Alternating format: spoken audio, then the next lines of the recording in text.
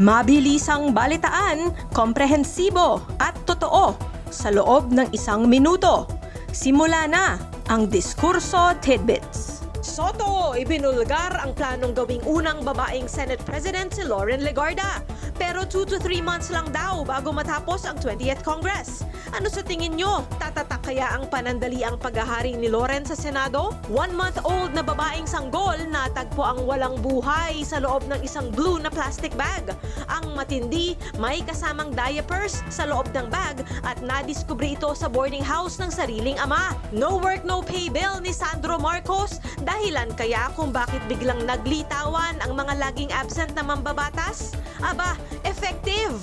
Pangalawang 60-day suspension ni Kiko Barzaga, igugugol daw niya sa kanyang pets at sa social media. Pero giit ni Deputy Speaker Janet Garin, gusto lang daw niyang magkasino. Alin kaya ang totoo? Balitang mabilis, komprehensibo at totoo. Yan ang Diskurso Tidbits. Basahin ang tungkol sa lahat ng yan at sa marami pang ibang nakatutuwa at makabuluhang balita sa diskurso.ph.